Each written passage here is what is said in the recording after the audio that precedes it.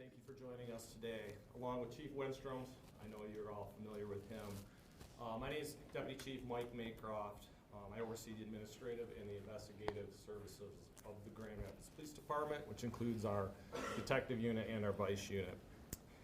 We are here to discuss a significant operation carried out by the Grand Rapids Police Department vice unit resulted in the seizure of 500 grams of fentanyl and nearly 250 grams of heroin. This operation underscores our ongoing commitment to protecting the safety and well-being of our community. On Monday, March 3rd, 2025, detectives of the GRPD Vice Unit, acting on credible intelligence, executed 3 search warrants at addresses in the city of Grand Rapids and in the city of Granville. This operation was part of an ongoing, months-long investigation aimed at disrupting the flow of illegal drugs into our community. All of the illegal heroin and fentanyl were seized from an address on the 4300 block of Wimbledon Drive Southwest in the city of Granville, Michigan. The suspect, well, this is the seizure of the fentanyl. This is approximately 500 grams of fentanyl that was seized from this address. There was also another 250 grams of heroin. So this is a half a kilo of fentanyl and a quarter kilo heroin. Significant amount. The subject of this investigation was located at the residence and arrested. He is Daryl Mitchell, 53 years old.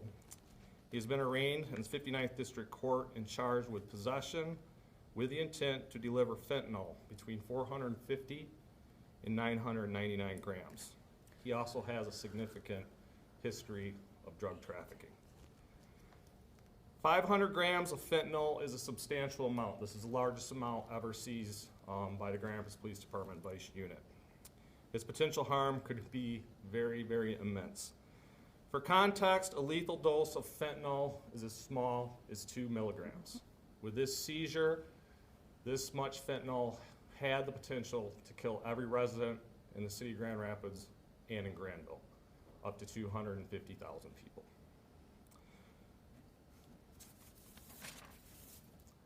Fentanyl, as we all know, is an incredibly dangerous substance. Its presence in our community poses an urgent threat to public safety. It can be mixed with other drugs, quite often with heroin, unknowingly ingested, and result in devastating overdoses. We will continue to use all available resources to track down and dismantle illegal drug operations in our area. This seizure is an important reminder of the ongoing opioid epidemic affecting communities nationwide, and we are no exception here. We encourage the public to remain vigilant, report any suspicious activity to law enforcement. We also continue to urge individuals struggling with addiction to seek help from local treatment programs and support services, which we are very thankful for, especially in the city of Grand Rapids. By way of comparison, how this epidemic is affecting Grand Rapids Police specifically. Last year, our officers used Narcan or naloxone for overdoses up to 40 times in the course of their duties. This is a training we received several years ago, and it has been very helpful in saving lives out there. Thankfully, it has also now gone into the community. More people have access to it and more lives are saved because of it. The overdose deaths, though, are what's the tragic result of this fentanyl. In 2023, we had 39 fatal drug overdoses in the city of Grand Rapids. In 2024, preliminary information is approximately 30 drug overdoses in the city of Grand Rapids. The toxicology results from these people who tragically lost their lives shows that almost 75% of these overdose deaths had some sort of fentanyl as a part of the reason why they died. Another stat is that the Grand Rapids Police Department in the last 2 years has responded to 180 non-fatal overdoses. And we know that is only a fraction. Those are just ones that were reported to GRPD. You can almost probably double or triple that amount for the reality. This investigation, as we said, is ongoing. We'll be working to identify those responsible for trafficking these dangerous substances in our community. Charges will be pursued. We want to thank the public for the information that they give us so we can take these drugs off the streets. We remain fully committed to keeping our community safe from these drugs. And with that, I will open up to any questions for myself or Chief Winstrup. This was an apartment complex, right? It was. What if this was in an apartment building, were other residents in that building impacted by this? It's a very good point you make, which is why I have a photo of the fentanyl and I can't actually bring it out here. Our procedures and policies changed over the years because of fentanyl and our officers and the exposure we've seen around the country with how dangerous this substance is. So yes, when we have it in an area with a lot of people, apartment complexes and things like that, yeah, the danger of fentanyl being ingested or inhaled secondarily is highly dangerous. He also had a respirator in his apartment, so he knew also how dangerous this was. Can you get into where it came from, or are there others involved, that type of thing? It's still an open investigation, obviously, and they're still tracking a lot of that down. I can't say for sure where it came from. We know anecdotally where a lot of this comes from, right? This is ingredients from China, comes into Mexico, it's manufactured there, and somehow makes it over the border into our communities. This just highlights, though, that you can't stop this completely. And that's where you rely on our vice detectives and our local law enforcement to also do this enforcement too and take this off the streets. This is the last destination other than going to the user. So if we can interrupt that, we are successful in probably saving a lot of lives. Do you have an idea of where it was going? Obviously throughout the Grand Rapids area, can you tell me where else? That's still information we're working on. That'll be part of the investigation. Can I say something? Jen, will you bring up that the picture of that chunk of fentanyl, and it looks to be preliminarily pure fentanyl. I don't know, about a pound. My math is off, but half a kilo. It's at about 1.1 pounds. 1.1 pounds of pure fentanyl. To put a highlight, Deputy Chief Maycroft said 250. The capability of just that small amount to kill 250,000 individuals. We're talking terroristic level of danger related to this, and I believe Deputy Chief mentioned that the individual had a respirator. And although this man, I believe, just recently got out of prison for 17 years for drug trafficking, finds himself with this much extremely deadly fentanyl in his apartment, and he's going to likely cut it, which means that, reduce that to a level that he thinks that a human can ingest. And what I cannot put an exclamation point on enough is that this seizure took this extremely deadly substance away from an individual who is not a licensed pharmacist, who I'm sure his only experience is whatever he learned in prison for 17 years and what he knew about the cocaine trade, maybe the heroin trade before this. But this is a game changer, fentanyl.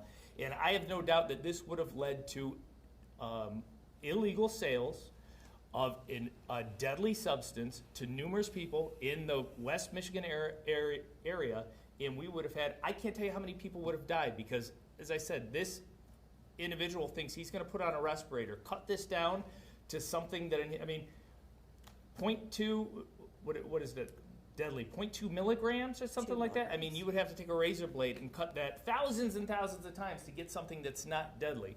This was a disaster of epic proportions waiting to happen. We've had, over last summer, in Hartside Park, we had days where we had 3, 4, 5 individuals experiencing an overdose. I mean, this would have been an epic scale. I'm so thankful for the Vice Unit, what they did. It's an extremely dangerous job to go undercover and to interact with these individuals. Look, you guys, some of you know I've had a complex relationship with the so-called war on drugs in my life, having a loved one go to prison because he was addicted. However, drugs are not a victimless crime when someone's dealing drugs outside your neighborhood, driving violence. Drugs are not a victimless crime when a loved one overdoses on fentanyl. This fentanyl epidemic that we have in this country has taken this to a whole nother level.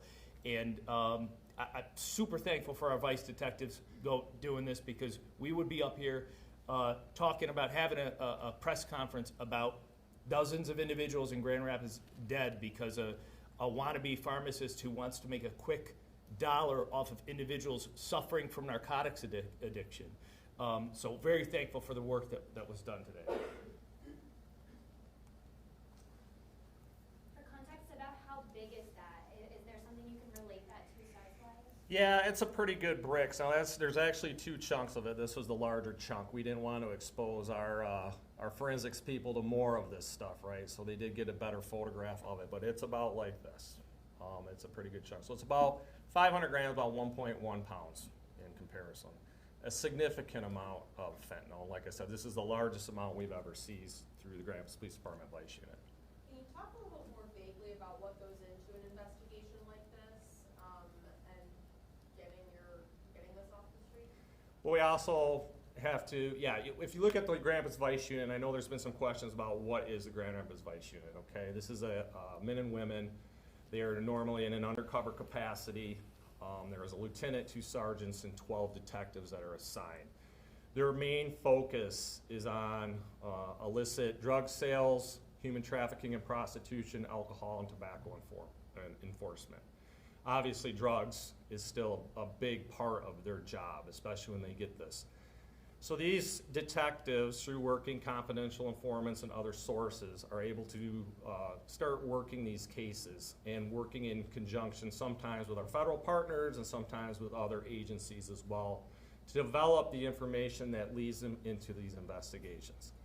This guy was obviously been known. He had a prior history of drugs. I can't get into exactly the details of the investigation still because it is open, but it takes a lot of work. It takes a lot of good communication skills and investigatory skills. And when you get into the Vice Unit, you are a top-notch detective. All our detectives are fantastic. They really, really are. But this is just a different version of what they are going to be investigating. And they have to have that skill level, but they also have to have that family support. I did 2 years in Vice myself. It can get into a seedy world out there, and it can kind of make you go, I never dreamed we had this in the city of Grand Rapids. It was eye-opening to me, even after being a cop for 10 years. So these are a special group of people, special group of men and women, just like all of our people are here. But they do have to now put themselves at risk when they are executing a search warrant with a half a kilo of fentanyl that they are searching through. How disturbing is the trend of just seeing, I mean, you had your largest cocaine bust in October of 2023. That was, I think, about 81 pounds. There was that $1.2 million forfeiture drug bust last year. Now this for fentanyl just feels like you guys keep getting the largest bust of X, Y, and Z drugs. How disturbing is that you're seeing this uptick here in Grand Rapids? Thank God we have men and women that are taking this off the street before it hits another victim. And I think it is disturbing. And as the chief mentioned, last year in Hartside Park, we had multiple overdoses. And we'll see this throughout the days and the weeks. We'll have, all of a sudden, we'll get 3-4 overdoses, sometimes in a day. Mm-hmm. And we know that a batch of heroin came in that somebody stepped on, probably with fentanyl, and it's now causing people to overdose and to sometimes die, which is terrible.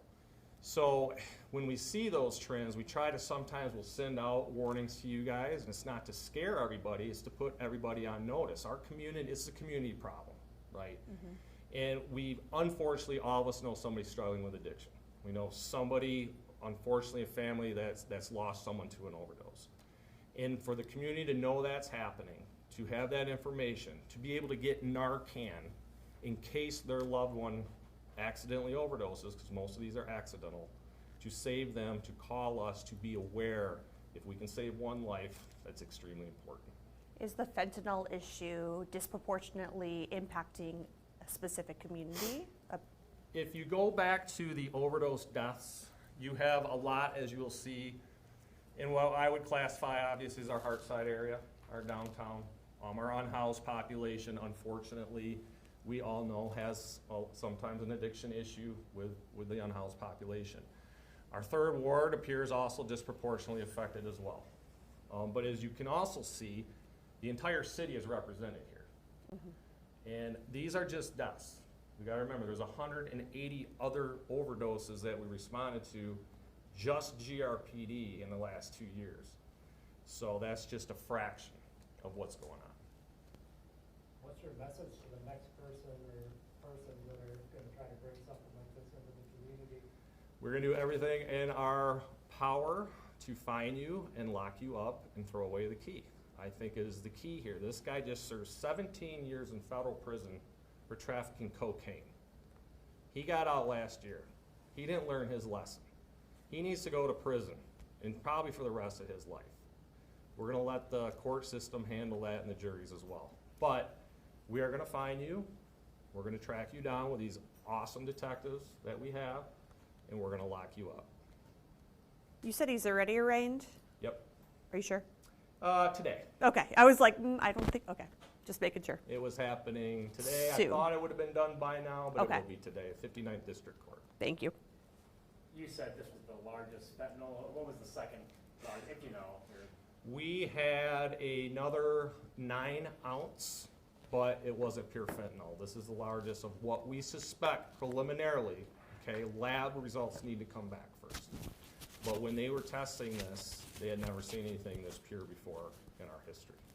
So obviously this information may change a little bit when the lab comes back by the experts in the detective unit and the vice unit. They said, I have not seen this, and because it's off a brick like this, they believe it came over probably in a kilogram of fentanyl before it got here. So obviously there's 250 more or 500 more grams are missing. So that's the other scary part about this. You spoke a little bit to the impact that you had by having this bust on saving potential victims who would have died from overdose or had an overdose. But what about, in Kalamazoo, we just had a man who was sentenced to 27 years for his role in an overdose death. And I think something that big was probably going to be going out to other dealers in the area. Can you speak to their hand in something like this and the risk people are taking of getting involved? Like they're looking at a potential of years in prison for something much smaller because of that small amount that can lead to a death with fentanyl. It's a great question because every time we get an overdose death, our vice unit is called in from home or wherever they are to investigate just that.